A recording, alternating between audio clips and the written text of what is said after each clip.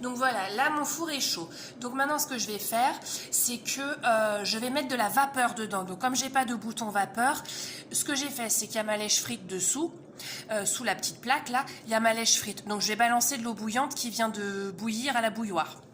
Et il faut le faire avant de mettre le pain, et il faut que tout de suite refermer la porte du four pour pas qu'il refroidisse trop.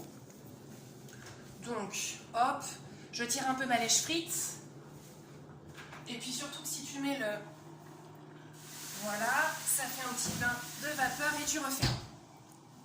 En fait, ce qu'il faut comprendre, c'est que dans les fours à pain traditionnels, du coup, il faut monter la température toute la matinée en entretenant le feu. Et ça monte à plus de 300 degrés, mais pas à plus de 400. Ça monte à plus de 300 degrés. Ensuite, ils foutent le pain. Ils arrêtent de l'alimenter en feu, donc le pain il cuit à chaleur descendante et ils balancent de la flotte aussi dans le four pour qu'il y ait une bonne vapeur. Voilà, donc là en fait il faut que je mette le pain du coup, donc voilà, je vais te montrer. Donc alors après c'est un peu le bon, tu vois, tu fous de la farine partout, j'ai un torchon, 2 torchons, 3 torchons, 4 torchons. Ça fait un peu dégueulasse, donc je dilue bien le levain parce que sinon, avant de le foutre dans le siphon, parce que sinon après ça bouche le siphon. Il faut avoir un tablier parce que tu fous plein de levain sur les fringues et c'est un peu galère après de l'enlever. Et puis pareil, bien se laver les mains régulièrement parce que sinon après ça fait des croûtes. Hier j'avais des croûtes dans les poils de bras et c'était pas très agréable. Donc voilà, donc là maintenant, je vais pouvoir du coup mettre le pain sur la plaque. Là, j'ai sorti ma plaque très chaude. Pareil, je l'ai vite sortie du four. Ensuite, là, j'ai mon pain qui a fait sa dernière pousse. C'est un pain d'1 kg, donc c'est un petit peu lourd. Il ne faut pas hésiter à faire des gestes dynamiques. Moi, j'avais un petit peu de mal au début. Donc là, en fait, je ne sais pas si tu vas voir. Mais bon, après, c'est pas trop grave. Je pousse un petit peu la plaque. Voilà, hop, tac, d'un coup. Donc, il s'affaisse pas trop. Donc là, franchement, il s'affaisse pas trop. Donc, je suis super contente. Ensuite, assez rapidement, tu lui fais des grignes. En fait, il faut les faire vraiment d'un coup. Même tremper un peu dans l'eau. Lui faire d'un coup pour qu'il s'ouvre bien. Comme ça. Et là, tu mets vite au four. Moins de 2, hein, j'ai mis moins de 10 secondes. Donc là, le four est très chaud. Donc, ce qui va permettre, en fait, de saisir un peu la croûte du pain. Et ensuite, au bout de 10 minutes, tu baisses. Moi, je vais de 270 à 240. Et donc, la croûte continue de bien se former. Et surtout, le pain, il peut bien lever parce que la croûte n'est pas encore trop formée.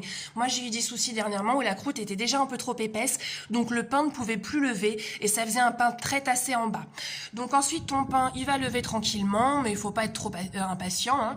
Et voilà.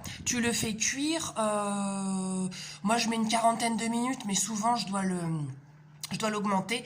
Là il est 10h23, il faut que je parte chez le docteur dans 50 minutes, donc ça va peut-être être un petit peu chaud bouillant. Voilà. Que dire de plus, donc chaleur, donc vapeur, four bien chaud. En fait, ouais, parce que dans les fours tradis au feu de bois, en fait la sole, il y a le feu qui est dans le four, dans l'âtre. Donc la sole est extrêmement chaude. Après, ils mettent toutes les braises dans un trou. Ils virent toutes les braises, donc le four est vraiment très très chaud.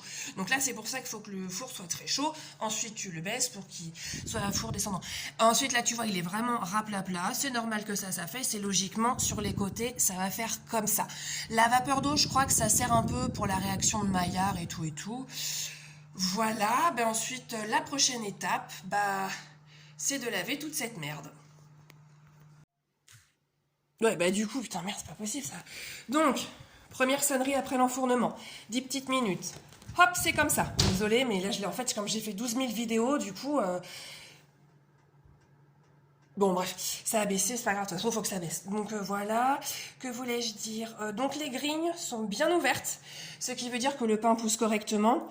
Et il ne faut pas s'attendre à ce que la croûte, là, soit trop brune, donc trop épaisse, parce que sinon, le pain, il pousse plus. La croûte, elle va brunir petit à petit. Là, elle s'est un tout petit peu formée, et ensuite, le pain va pouvoir pousser vers le haut pour avoir sa forme. Si la croûte est là, trop épaisse, le pain, il peut plus pousser vers le haut, et va tendance à avoir un peu s'étaler, mais du coup il va pas pouvoir trop s'étaler. Donc le pain il va être plat, très dense, bon au goût, mais franchement dense, et il va sécher un peu plus vite.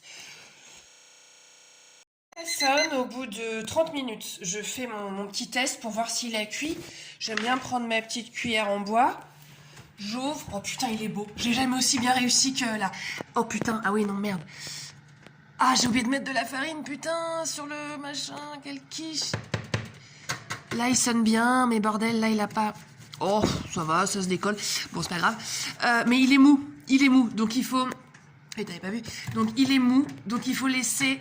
Ah putain, pourtant, il est bien, là. Merde, qu'est-ce que j'ai branlé. Bon, donc il est mou, je vais le laisser encore 10 minutes pour voir comment il se comporte. Et comme mon four est pourri, parfois, il faut que je le... Parfois, il faut que je le mette sur... que je le retourne, quoi. Bon, ce qui est pas très... Merde, comment on dit? Bah, c'est pas très catholique, quoi, en gros. Là, finalement, le pain qu'on a vu tout à l'heure, qui était, bon, un peu raté sur le dessous, je l'ai complètement décollé, en fait, avec un couteau à pain, au niveau du... Voilà. Et en fait, je l'ai retourné, parce que sinon, ça cuisait pas. Je l'ai rajouté, donc, 15 minutes retourné. Mais bon, c'est carrément pas catholique. Et logiquement, mais je pense que c'est parce que bah, le four est vraiment pas performant du tout. Donc ouais, je suis obligée de le retourner comme un gâteau. Et là, tu vois le pain, en fait. Tu vois comment il sonne? On l'entend pas très bien là, mais... Attends. Je vais te faire le son. Voilà, comme ça.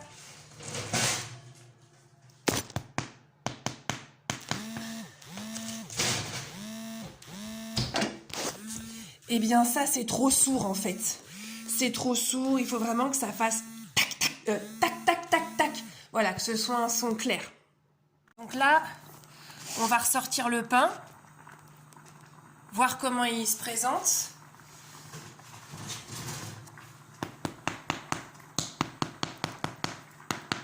Là il sonne bien.